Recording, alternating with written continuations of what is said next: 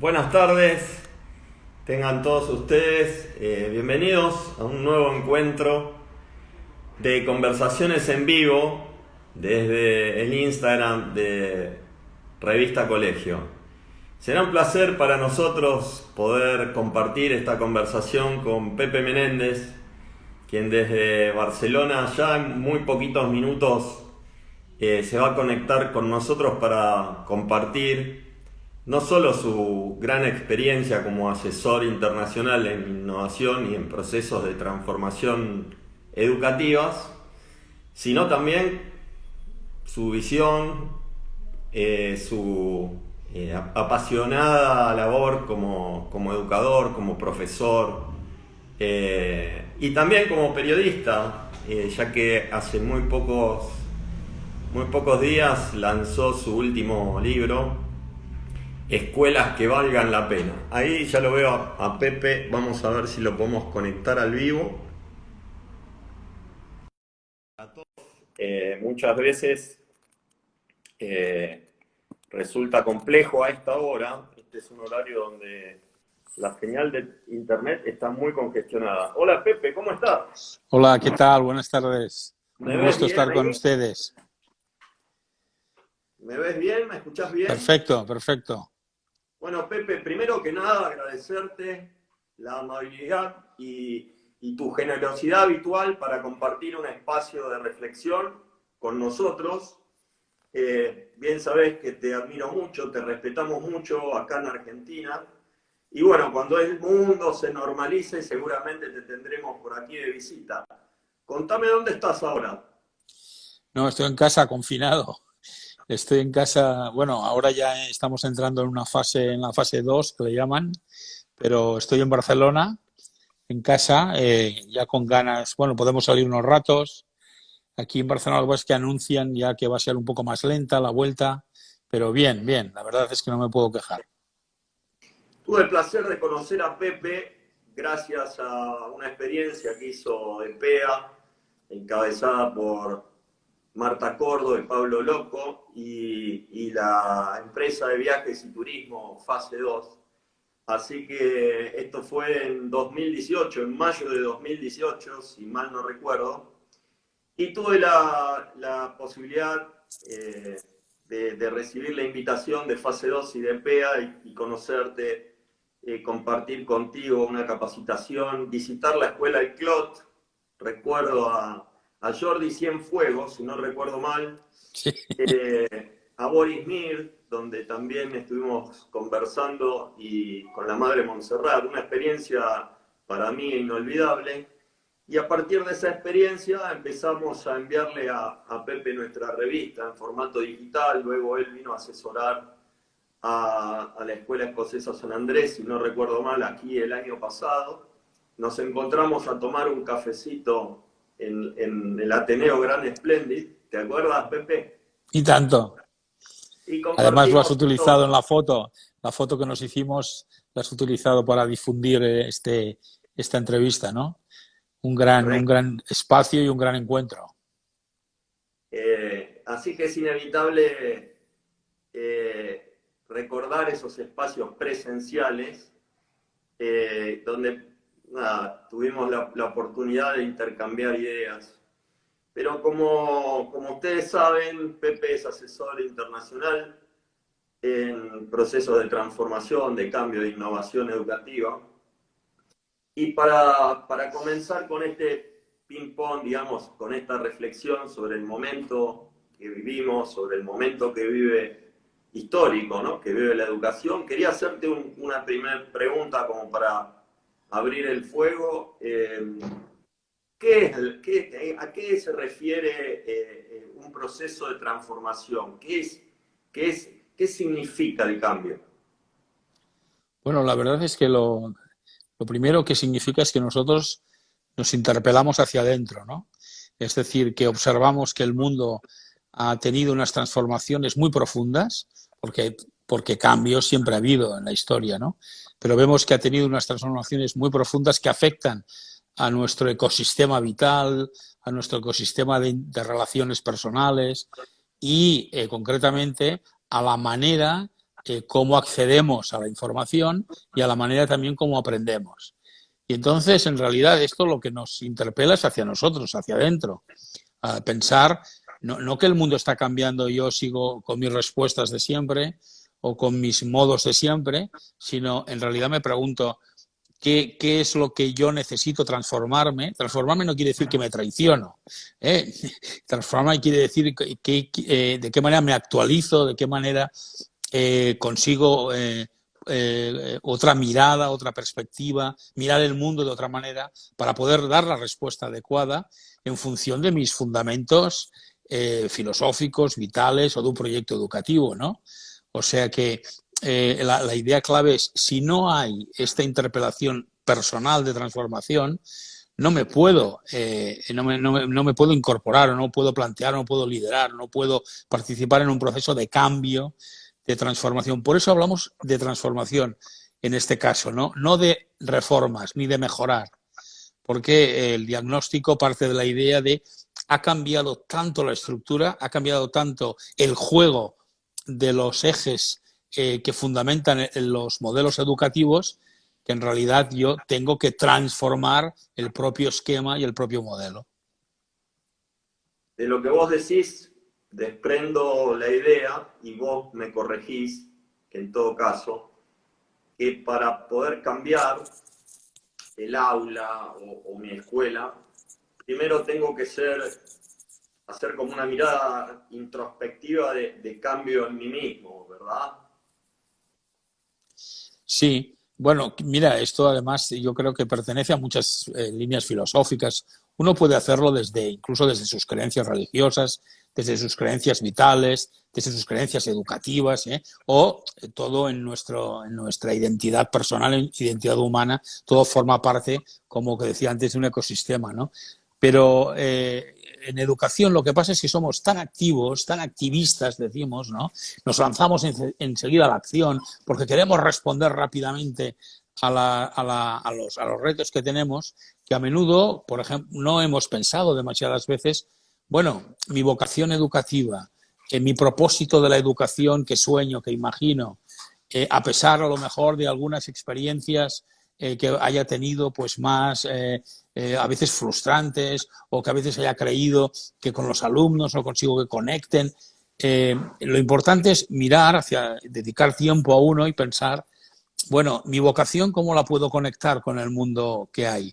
Mi propósito de la educación, normalmente, pues un propósito de formación integral, de acompañamiento de los alumnos. Claro, choca a lo mejor con unas prácticas que tienen que ver con una orientación tan hacia el currículum, la memorización, las rutinas, que en realidad ese no es el propósito que yo o que mi vocación me ha planteado, ¿no? Entonces, en el fondo, este diálogo entre lo interno y lo externo, entre mis principios y las prácticas, entre mi ideal y lo que veo, es esencial precisamente para poder dar la respuesta adecuada, ¿no? Pero insisto, claro, si no hay primero un movimiento interno, algo que por dentro Tenía un colega cuando yo era director de colegio, yo era el director general, y entonces tenía el director de la secundaria, ¿no? Un colegio muy grande, ¿eh? Y me decía, pero Pepe, ¿cómo podemos conseguir que algunos profesores cambien si ellos no ven la necesidad de cambiar? Y ese es uno de los elementos estratégicos en un proceso, que es crear la urgencia. Bueno, esto viene un poco de la expresión inglesa, y nosotros creemos que urgencia es hacerlo rápido. Urgencia es que algo necesita cambio profundo. El sentido que Otto Scharmer, por ejemplo, le daba a la urgencia, ¿no? O que Heifetz me parece también, en el fondo es que es profundo el cambio que necesitamos. Entonces, la urgencia es que compartiendo, reflexionando, analizando, leyendo el entorno, pensemos, no nos valen, como decía antes, unas mejoras. Realmente necesitamos cambiar la organización del currículum, de las disciplinas, estos currículums tan largos, tan extensos, que el proceso de aprendizaje sea tan memorístico, sea tan repetitivo, sea tan rutinario, porque esto no es lo que necesitamos ahora. No es que en el pasado estuviera mal. No es una crítica a la memorización, por ejemplo, del siglo XIX o de principios del siglo XX. porque en realidad, como el acceso era tan complejo, necesitábamos memorizar, ¿no? Es un poco como los buenos abogados, ¿no? Que se sabían todos los artículos de memoria. Claro. Pero en realidad ahora no necesitamos un abogado que se sepa todos los artículos. Le dice a su ayudante al lado, oye, búscame el caso de tal, en dónde está, ¿no? Necesitamos una pequeña base memorística, por supuesto, una pequeña base, pero sobre todo necesitamos aprender a relacionar, a interconectar, a deducir, a crear pensamiento y a transformar. De lo que vos decís desprendo como una reflexión ontológica que tiene que ver con uno mismo, también una reflexión que considera el entorno laboral y por otra parte el contexto, ¿no? El contexto histórico, el contexto, el medio. Esto se vincula directamente para poder transformar a la escuela que necesitamos hoy. Claro, en realidad se ha dicho mucho, ¿no? Que habrá muchos oficios que no conocemos. Bueno, yo siempre he dicho que esto más o menos en la historia siempre ha pasado, ¿no? Quizá no ha pasado con este grado de intensidad, de velocidad, pero históricamente lo importante es que antes como he insistido, ¿no? Como el conocimiento, pues a lo mejor estaba en la enciclopedia, en la biblioteca, o como yo tenía que acumular conocimiento para mostrar que mi trabajo era bueno, que tenía, que era capaz de resolver a través de mi memoria y la conexión, ¿no? Claro, mi memoria ahora, para entendernos, un pequeño aparato tecnológico en el cual puedo consultar cualquier cosa, pero claro, tengo que aprender a tener el criterio, tengo que aprender a saber interrelacionar. O sea que tengo que aprender a explorar, a investigar, a deducir, a crear argumentación, ¿no? Entonces, eso es lo que resulta esencial como respuesta a ¿por qué tengo que cambiar? ¿No? Mañana edito un nuevo capítulo de esta serie que estoy haciendo de mudanzas, conversaciones con el secretario de Estado de Portugal, de Educación, y, y claro, él me decía, cuando él llegamos al gobierno, nos parecía estratégico que iniciáramos un debate en el país que lo que se preguntará es ¿para qué sirve la escuela? ¿Cuál es el sentido de la educación? Que va mucho más allá de pensar pues qué metodología utilizo, qué recurso tengo, incluso qué tecnología tengo. Esa será la respuesta a esas otras preguntas técnicas, viene cuando yo tengo claro para qué las quiero, cuál es la finalidad, ¿no? Porque además ahí, lógicamente en este mundo, en este siglo que vivimos ahora, nos interpela a otras cosas que la escuela no tenía una interpelación directa. Ahora se habla mucho de las emociones. Tengo un buen colega chileno que decía, la educación siempre ha sido emocional, ¿eh? Porque se ha basado en el terror y en el miedo, que son dos elementos emocionales muy fuertes. Claro, Pero claro. precisamente estamos en una época en que afortunadamente la evolución del pensamiento nos lleva a dignificar las emociones de las personas y nos lleva a una conclusión que ya tenían en Grecia, en Atenas, o el propio San Ignacio de Loyola lo decía, ¿no? Las personas tienen que estar emocionalmente tranquilas para aprender. Si no hay paz interior, no habrá aprendizaje, porque hay otra emergencia que ocupa mi pensamiento y mi atención, ¿no? Pero ahora consideramos, nos hemos dado cuenta que eso es muy importante y que dignifica además los procesos de aprendizaje en las escuelas. Por eso aportamos ese valor, ¿no? Pero entonces tenemos que cambiar otras cosas, porque no nos cabe todo. Y sobre todo el absurdo de tener que, insisto, que memorizar muchas cosas que no nos sirven. Yo no digo que no haya que memorizar. Yo digo que hay que memorizar mucho menos, que es Claro. diferente, que hay que memorizar mucho menos y que no se demuestra el conocimiento a través de las respuestas preestablecidas y memorísticas a unos contenidos. Pepe, es muy fértil todo lo que me estás diciendo y voy a tratar de estar a la altura para poder desmenuzar un poquito todo lo que venís diciendo.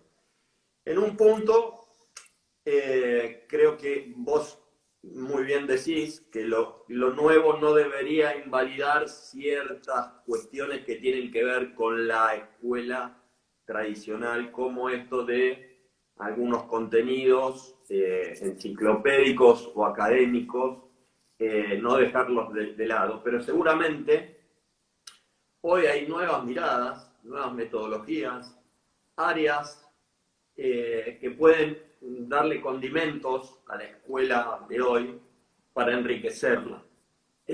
¿Vos convalidás esto de que es muy necesaria que la escuela de hoy sea permeable a miradas y capacidades no necesariamente academicistas? Claro, sin duda. Es más, el término incluso academicista, ¿no? Con el sufijo le da una cierta tonalidad peyorativa, digamos, que yo también utilizo, académico, academicista, ¿no? Academicista en el fondo es el exceso de peso de lo que de alguna manera está excesivamente estratificado, ¿no? Fijémonos una cosa que con la pandemia, con la cuarentena, realmente ha resultado una obviedad, ¿no? Yo puedo grabar 20 minutos, 25, 30, 50 también, pero de una clase magistral y se la ofrezco a los alumnos grabada, por supuesto, y que la vean cuando quieran, que incluso puedan parar, puedan incluso consultar algo que yo les propongo, que yo les invito a conocer. Con lo cual, el elemento esencial está en que el valor de esa clase no es el valor de que todos me estén escuchando a mí al mismo tiempo que yo la hago. No es el valor síncrono, sino lo que la pandemia ha puesto en evidencia es la enorme potencialidad que tiene dividir las acciones asincrónicas y las acciones sincrónicas, ¿no? Por ejemplo, compartir, socializar, debatir es algo síncrono, ¿no? Bueno, puedo debatir también, yo puedo poner una opinión, mañana otro pone otra, pero en el contexto escolar le daré un valor síncrono. En cambio, no vale la pena que yo convoque a todos los alumnos a las 9 de la mañana para darles una clase magistral. Más vale que la grabe y que se la dé. Además, esto nos soluciona precisamente un tema que muchos sectores, entornos vulnerables tienen, ¿no? Que es la conectividad por el Wi-Fi. Claro, la sincronía necesita la conectividad Wi-Fi. La no sincronía necesita que yo me pueda bajar algunos documentos, algunos archivos, podcasts, clases, manuales, y con esto, pues, seguro que muchas de las personas que nos oyen tendrán la experiencia de haber aprendido desde cosas manuales para utilizar en casa, recetas de cocina o alguna clase, conceptualmente alguna clase de algún profesor, escuchando una grabación y teniéndola, sin estar conectado directamente, sino teniéndola grabada. Y habiéndola escuchado muchas veces. Ay, ahora no me acuerdo que dijo que el paso 3 tenía que hacer, vuelvo hacia atrás y lo vuelvo a mirar. En una clase síncrona tengo que parar la clase. Tengo que decirle al profesor, oiga, perdone, ¿puedo repetir esto? Repetir, el profesor, además, los profesores en general, repetimos exactamente lo mismo que hemos dicho. A veces ni siquiera nos acercamos y decimos, ¿quieres decir que con mis palabras no lo has entendido? ¿Te lo tengo que decir de otra manera? No, sino que muchas veces voy a volver a escucharlo, ¿no? O sea que hay muchos elementos del proceso de enseñanza y aprendizaje que ya estaban cuestionados hace tiempo y que ahora han creado un valor que nos han invertido nuestra concepción. He visto en algún comentario que veo en el WhatsApp del aula invertida, ¿no? Es un poco la tesis del TED que grabé en 2017 en Río de Plata, ¿no? En Buenos Aires. No empecemos explicándolo todo, no empecemos dando todas las respuestas, empecemos haciendo preguntas, porque las preguntas nos obligan a explorar. Pero claro, es verdad, tenemos que motivarlo. Tenemos que motivar la curiosidad para poder buscar o para poder compartir esas preguntas, ¿no? Y otro elemento que me parece muy importante también para resaltar es cómo se ha puesto en valor algo que existe en la humanidad desde que es humanidad, que es que aprendemos de los demás. que aprendemos socialmente, que la socialización, el aprendizaje en grupo es importantísimo. Nunca nos han hecho un examen grupal, nunca nos han hecho un examen en que incluso cuando un equipo ha hecho un proyecto, pocas veces se ha dado el caso de decir, bueno, no, pues ahora este equipo me explicáis y yo voy viendo precisamente cómo cómo sois capaces de consolidar y haber asimilado los conceptos, las competencias que tenéis a través de ese grupo, ¿no? En cambio, después en la vida laborable, el trabajo en equipo y el aprendizaje grupal es uno de los elementos básicos y fundamentales, ¿no? Bueno, pues entonces en realidad es lo que nos lleva a invertir la escuela. Lo que nos lleva a invertir la escuela es que ahora tenemos la oportunidad, porque tenemos otro contexto y otras herramientas, de poner en valor y potenciar aprendizajes que están en el alma, en el mismo corazón del ser humano, ¿no? Una pregunta relacionada a esto que hemos vivido ya en Argentina, si no me equivoco, son 80 días donde las escuelas, los edificios están cerrados. Creo que el último día de escolaridad presencial aquí fue el 16 de marzo. Sin embargo, los edificios continúan cerrados, pero los procesos de escolarización se siguen haciendo. Obviamente hablaste de la conectividad, y conectividad hoy en Argentina es sinónimo de inequidad, porque no todos tienen la posibilidad de conectarse a las plataformas y a Internet de una manera equitativa. ¿Qué considerás? ¿Cómo considerás vos las plataformas de enseñanza? ¿Son un medio, son un fin, son una herramienta indispensable para la escuela del siglo XXI? ¿Cuál es la obligación de los gobiernos con respecto a asegurar la conectividad como un derecho ya en el siglo XXI? ¿Cuál es tu opinión? Bueno, lo primero, yo lo he repetido mucho en esta cuarentena. Lo primero es que tenemos que aceptar es que ha sido una situación de emergencia, que de un día para el otro, en España el confinamiento empezó el día 13 de marzo, me parece que es un viernes. Pensemos que en las escuelas el jueves por la mañana les dicen el lunes no habrá clase, por la mañana a las 9. A las 12 les dicen, no, el lunes no, mañana ya no habrá clase, ya estarán cerradas. O sea que prácticamente, como aquel que dice, las personas, los alumnos, los profesores, todos abandonaron la escuela como un barco que se está hundiendo y con los mínimos enseres que podían llevar encima, además pensando, en aquel momento, ingenuamente se pensaba, que aquello iba a durar 15 días. Entonces, es muy importante que tengamos en cuenta que la respuesta que hemos dado ha sido una situación de emergencia. O sea que incluso las herramientas, la tecnología, la manera de organizarnos, tuvo que ser casi improvisada de un día para el otro.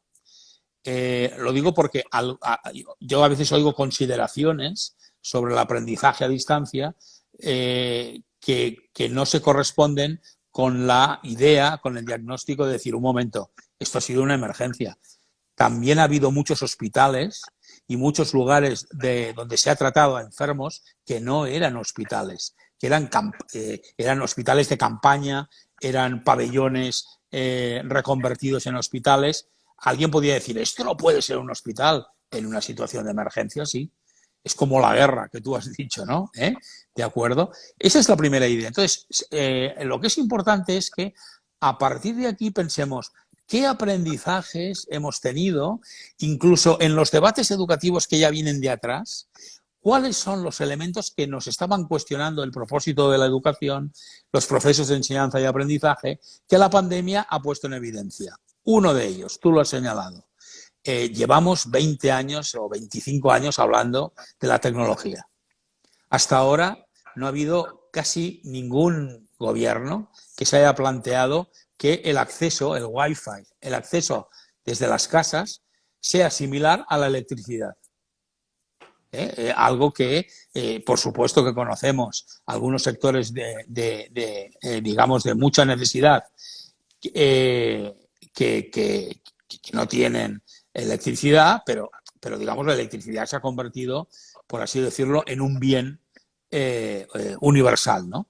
Bueno, pues el Wi-Fi, la conexión tecnológica, va camino de convertirse en la electricidad, en el agua, a pesar de que, como he dicho, hay sectores de la población que les falta. En España también ha ocurrido que la cuarentena ha puesto en evidencia que no todos los alumnos se podían conectar, que no había posibilidad de incluso a veces a los profesores, bueno, lo han intentado por teléfono, han mirado un poco cómo se podía entrar en contacto con los alumnos, pensando precisamente que esta conexión emocional era estratégica. Pero entonces ahora, por eso digo, entonces ahora, de cara al futuro, cuando salgamos, digamos, de esta emergencia, y es probable que tengamos otros episodios de confinamiento, de cara a este futuro a corto plazo, a medio plazo, sí que tenemos que pensar, bueno, un momento, entonces vamos a pensar cuál es la dimensión digital de la escuela. Si nos centramos mucho en la maquinaria, en los dispositivos, nos equivocaremos. Porque lo que hay que centrarse es en el uso de esos dispositivos. Como decía antes, uno a veces está obsesionado con la conexión síncrona y en cambio lo que tiene que pensar es, bueno, prácticamente muchas familias, y además si hay una campaña, digamos, desde los gobiernos de considerarlo como un bien importante, podrían tener un tipo de dispositivo. Entonces, el dispositivo me permite conexiones en otros momentos, asíncronas, ¿no? No pensar siempre en eso. Pero las escuelas se lo tienen que plantear, se tienen que plantear cuál es, las escuelas tienen que plantear cuál es nuestra dimensión digital y los gobiernos tienen que plantearse cuáles son los utensilios tecnológicos básicos que los alumnos de un país deben tener. Y insisto, probablemente no será un ordenador, no será un ordenador, sino será más bien la conexión, porque hasta ahora toda la tendencia ha sido que el ordenador sea el recurso. Y, por ejemplo, así nos hemos encontrado pues, con que otros no tenían conexión. En las escuelas pasó lo mismo. En las escuelas también ha habido una evolución en que era importante que trajeran el ordenador hasta que las escuelas dijeron nosotros no podemos estar invirtiendo en ordenadores, invertiremos en conexión y que cada alumno traiga el dispositivo que le parezca, ¿no? Lo importante es que la tecnología, claro, no es exactamente un instrumento, porque la tecnología está configurando nuestro ecosistema de vida y de relaciones. Por eso es tan importante que reflexionemos también y que no aceptemos cualquier tipo de tecnología, ni cualquier manera de relacionarnos, ni regalar nuestros datos a las compañías de telecomunicaciones. Pero lo cierto es que la tecnología está configurando nuestras relaciones, nuestro ecosistema vital. Y entonces es importante también pensar hacia dónde, hacia qué camino ha de ir. Muy rico todo lo que nos propones. Vos sabés que las entrevistas yo las divido como en tres partes, ¿no? Una parte introductoria, donde hablo del perfil del entrevistado y hablamos puntualmente lo que hoy es por ahí una de tu principal fuente de experiencia, que es esto de asesorar en procesos de innovación. Pero también quiero hablar un poco del Pepe periodista y del Pepe Menéndez escritor. En este sentido, habías mencionado hace un rato que estás haciendo un ciclo de conversaciones que se llama Mudanzas. Contame un poquito. Sí, la verdad es que, bueno, y eso, en el año conocí a Richard Elmore en un programa que hice en Harvard, en la Escuela de Educación, y me llamó mucho la atención una metodología que utilizaba, que era al final del aprendizaje. Podía ser un día, podía ser una semana, podía ser un curso de 3 meses o un curso escolar, ¿no? Él utilizaba este esquema de metaaprendizaje. Piensen ustedes en antes qué pensaban y ahora qué piensan después de este proceso de aprendizaje.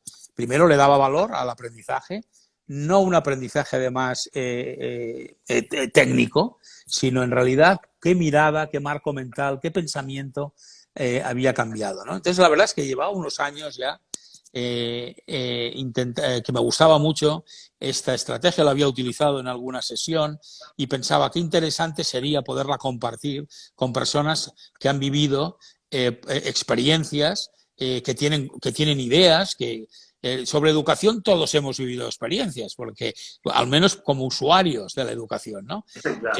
O sea que, y luego incluso yo siempre digo, maestro es el director de una obra de teatro. Maestro es, por supuesto, el director de una coral, el director de una orquesta, el director de una obra de ingeniería para construir un puente. También es maestro, porque en ese liderazgo y en esa dirección hay componentes claros de transferencia de aprendizaje, ¿no? Y la verdad es que cuando empezó el confinamiento pensé, ostras, este es un momento que quizá las personas tenemos más, la cabeza nos hierve más, ¿no? Para reflexionar precisamente sobre esas cosas que hemos cambiado, ¿no? Entonces se me ocurrió invitar a unas personas, no para que me dijeran lo que la cuarentena les ha cambiado, sino les suelo preguntar siempre, no, aquello que a lo mejor la cuarentena ha explotado más, pero que tú ya llevabas tiempo, incluso prefiero que me hablen de cambios mentales que han ido experimentando en su vida, ¿no? Y entonces, bueno, la verdad es que hago unas entrevistas aproximadamente de unos 50 minutos que convierto en un texto y en una síntesis en vídeo, a la que además ahora últimamente le he añadido con la colaboración de una profesora de una escuela de Madrid, Ana, que una vez que fui a dar una conferencia con el Visual Thinking y me hizo una síntesis, ¿no? de lo que había dicho, me gustó mucho y entonces ella hace como ese resumen sintético, Visual Thinking. Así que de maneras diversas, audiovisual, texto, Visual Thinking, pues ofrezco el contenido de esa entrevista, ¿no? La primera que tuve pues, precisamente con la profesora Melina Furman, que ustedes conocen bien, Sí, y, y, sí, fue, informan. y fue muy rica, ¿no? Mañana, en mi mañana de Barcelona, pues publico una también muy interesante con el secretario de Estado de Educación, que realmente ha liderado un proceso también de cambio desde el gobierno, claro, ¿no? No es lo mismo liderar procesos de cambio desde una red de escuelas, desde un colegio, que hacerlo desde un gobierno, ¿no? Pepe, hay varios colegios que nos están siguiendo como auditorio de nuestra conversación. Le mandamos un beso muy grande a la gente del Colegio Piaget de Bariloche, por ejemplo. Hay colegios de Buenos Aires y de distintos lugares de la Argentina. ¿Cómo hacen esos colegios para acceder al ciclo de mudanzas? Si están interesados en escucharte, en ver el material. Sí, pues es muy fácil porque se conectan a mi blog, que es Pepe Menéndez, todo seguido, pepemenéndez.cat, cat de Cataluña, C-A-T. También tiene otros dominios, pero este es el más fácil de reproducir y de decir Perfecto. oralmente. Pepe Menéndez, todo seguido, sin mayúsculas, sin acentos, sin nada, .cat. De todas maneras, si se olvidan, si ponen en el Google Pepe Menéndez blog, también les lleva directamente allí y a través de ese blog, Mudanzas, pues yo tengo los vídeos en mi canal de YouTube y entonces ahí lo pueden conectar. Bien, Encantado, perfecto. encantado. Y también si tienen ideas de compartirlas. Pepe, voy a leer un pequeño párrafo en nuestro libro, en el libro Un giro copernicano a la educación. No sé si tuve la posibilidad de dártelo en esa charla que hicimos en el. Este no, este no. Este en concreto no. Yo creo además que suelo pedir, como cuando voy de viaje, que es un problema también cuando te cargas con muchos libros, pero yo creo que no, que fue simplemente que no lo tenías a mano. Te lo voy a mandar en PDF para cuando Perfecto, tengas la, perfecto. la oportunidad. En nuestro libro, yo señalé una frase tuya que me quedó en mi cabeza en aquella capacitación que hice en Barcelona, que dice así: los docentes del futuro tendrán que reinventarse motivadores, generadores de posibilidades en sus alumnos. Si no quieres potenciar a nadie, ni cambiar nada, no seas educador, no es lo tuyo. Sí, yo creo que eso tiene que ver con el perfil nuevo de profesor, ¿no? A mí me gustaría sobre todo señalar, porque a veces yo creo que se ha frivolizado un poco con la expresión de motivador, ¿no? Como si el profesor fuera casi un actor de teatro que tuviera que hacer malabarismos permanentemente, ¿no? Motivación en realidad significa que desde la inteligencia del profesor, del educador, es capaz de conectar el conocimiento que él quiere o la competencia que él quiere que trabaje el alumno con su mundo, con su relación, con sus intereses, ¿no? Pero los intereses no literales, claro. En nuestra vida no sabemos lo que nos interesa. Siempre alguien nos ayuda a descubrirlo. Pero en cambio, un educador, un profesor, sí que es una persona que ha de tener conocimiento sobre cuáles son las estrategias de acercamiento del conocimiento a la realidad de los alumnos, ¿no? Por ejemplo, pues ya sabemos que la obligación en sí misma incluso es una primera fuente de rechazo. Ya sabemos incluso pues que decir ¿por qué no sabéis esto? ¿Cómo es posible? ¿Qué ignorantes? Todo eso es fuente de rechazo. En cambio, hay profesores, en este episodio de cuarentena, algunas escuelas han motivado el acercamiento a disciplinas, a matemáticas, a estadística, a lengua, a ciencias naturales, a muchas disciplinas a través simplemente de vamos a mirar qué está ocurriendo en la pandemia. No solo desde el punto de vista ya de la biología, sino también desde el punto de vista de la sociología y de la ciencia matemática, ¿no? O sea que, en realidad, yo sí que creo que la función de profesor, el rol, el perfil, ha cambiado profundamente. Porque si antes lo importante era prácticamente que tú fueras una especie de robot que repetía información para que el otro la memorizara, esto lo hace mucho mejor una máquina, muchísimo mejor. No necesito una persona que para esa tarea rutinaria. En cambio, sí que la necesito para entusiasmar, para interpelar, para preguntar, para orientar, para ayudar. Acompañar, Exacto. para acompañar el proceso de crecimiento de la persona. Claro. Pepe, quiero que vayamos un poco a tu libro, ¿no? Escuelas que valgan la pena. Tuve la oportunidad de presenciar el lanzamiento virtual del libro. Me imagino que nunca te habías imaginado hacer un lanzamiento virtual a nivel global de un libro, ¿no? No, en absoluto, la verdad es que no. De hecho, a mí, yo tenía que estar en Buenos Aires en abril y había hablado con Paidós, porque mi libro, recuerden que está editado en Paidós, en Argentina, y había hablado de poder hacer alguna presentación, ¿no? Y en Barcelona ya tenía organizada fecha, además en el marco precioso de La Pedrera, de Gaudí, en Barcelona ya una presentación, y el confinamiento lo echó todo a perder, ¿no?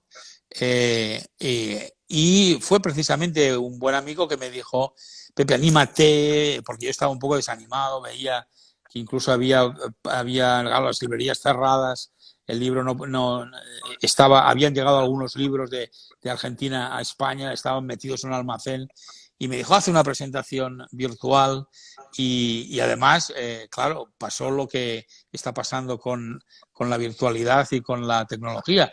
Claro, que en ese momento había personas de muchas partes del mundo conectadas, ¿no? Más o menos en la presentación me hablaron de que había unos 500 dispositivos conectados, con lo cual me decían, bueno, pues eso significa entre 1.000 y 1.500 personas, porque cada dispositivo, ¿no? Pues podía, en una casa en esos momentos, podía haber 3 personas escuchándolo, ¿no? Sí, en ese momento, bueno, vos mencionabas que habían colaborado con el prólogo Axel Rivas y Rebeca Anginovich, si no recuerdo mal. Sí. Rebeca va a estar presente en nuestro próximo Congreso de Coaching Educativo que haremos en agosto, y hago extensivo acá en vivo la invitación, si gustas participar virtualmente de nuestro Congreso y darnos generosamente 45 minutos. Desde ya estás invitado en agosto, después te formalizaré la propuesta. Cuenta con ello, por supuesto. Gracias, Pepe, muchas gracias. Ahí, bueno, vos desde el título mencionás esto de la escuela, escuelas que valgan la pena. ¿Qué querías hacer referencia con esto de que valgan la pena? Bueno, quiero agradecer también a las personas que en el chat me dicen que han leído el libro y que les ha gustado. Muchísimas gracias por haberlo leído, ¿eh? Pues mira, la verdad es que el título fue una sugerencia del editor, ¿no? Yo creo que los editores siempre tienen ojo para los títulos más que los propios autores, ¿eh? Y me pareció, porque le había dado muchas vueltas al título y no había encontrado un título tan bueno como me parece que es Escuelas que valgan la pena, ¿no?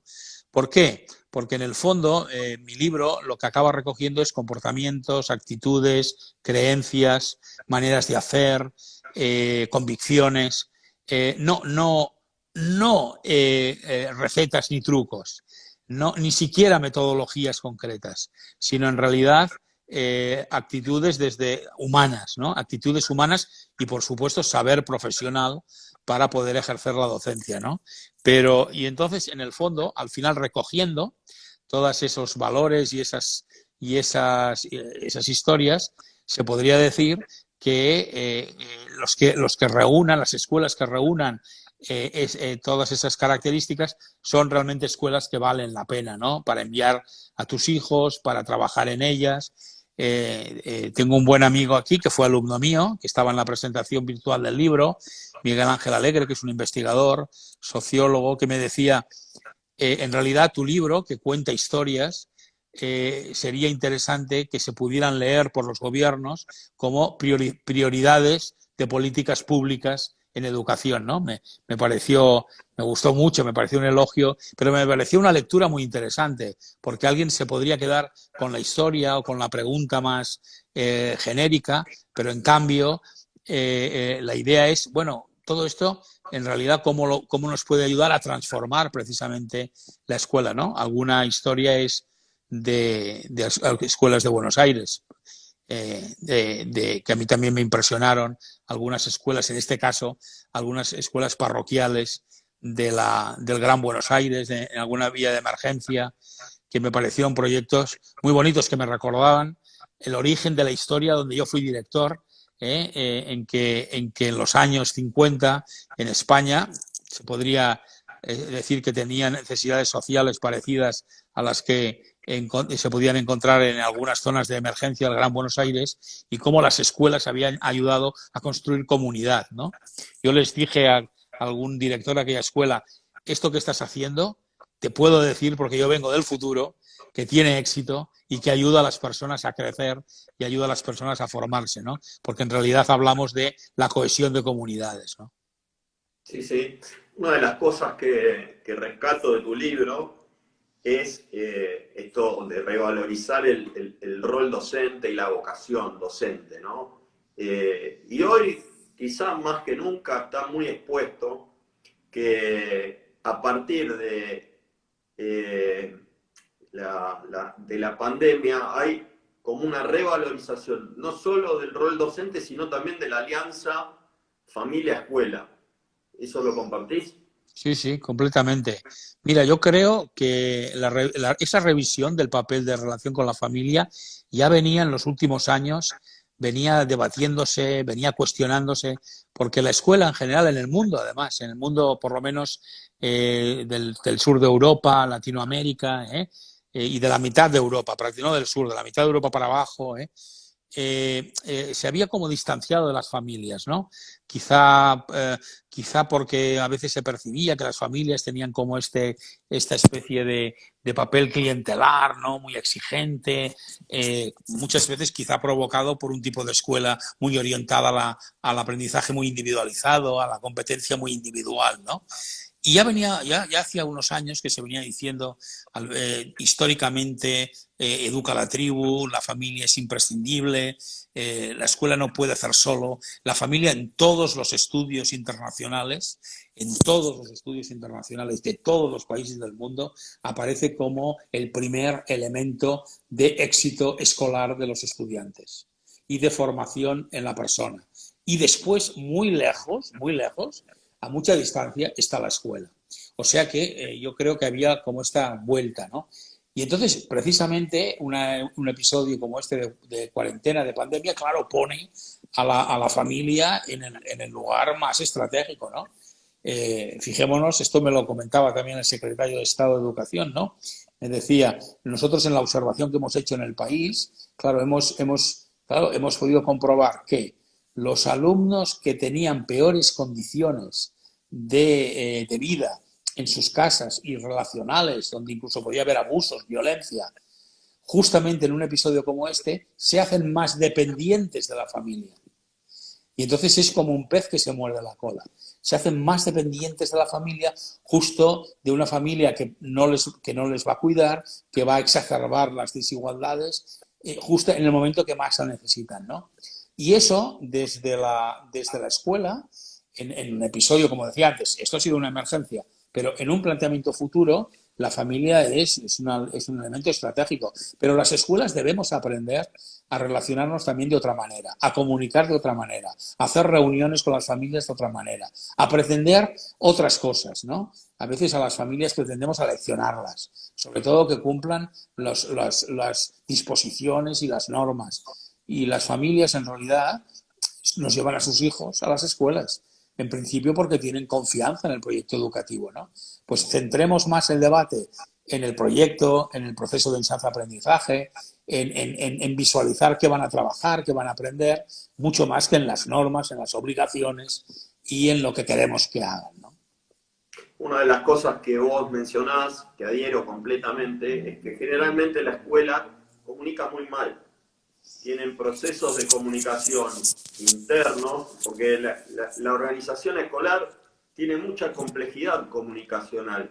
Intervienen personas de distintas generaciones y no solamente eso a veces tiene ruido, ¿no? La comunicación intergeneracional es compleja, sino que suelen minimizar la importancia de la comunicación hacia la afuera, ¿no? Hacia las familias y hacia el contexto comunitario. Es un aspecto que no todas las escuelas valoran.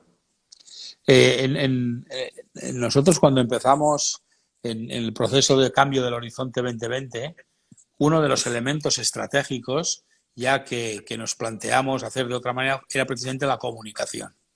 La comunicación con las familias, la comunicación externa, la comunicación incluso del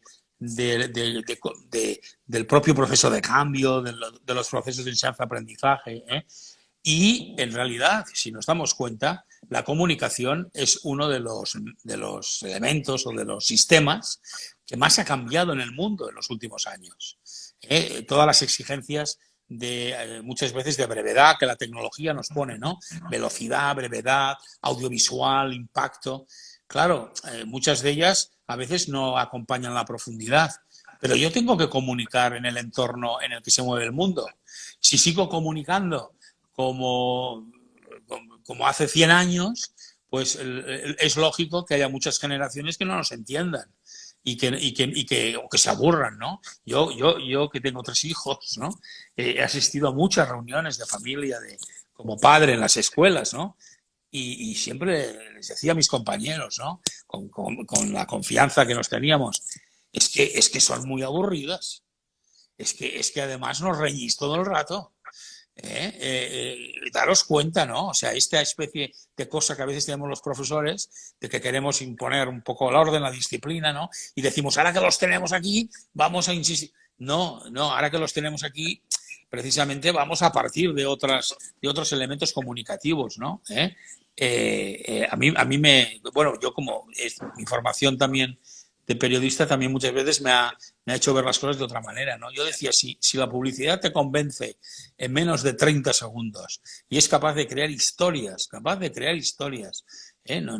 solo un eslogan, no solo una frase, sino capaz de crear historias, como nosotros, que somos los expertos en historias, los expertos en retórica, los expertos, cómo en realidad deberíamos utilizar, pues, para nuestros fines, para nuestro propósito, otro tipo de lenguaje, ¿no?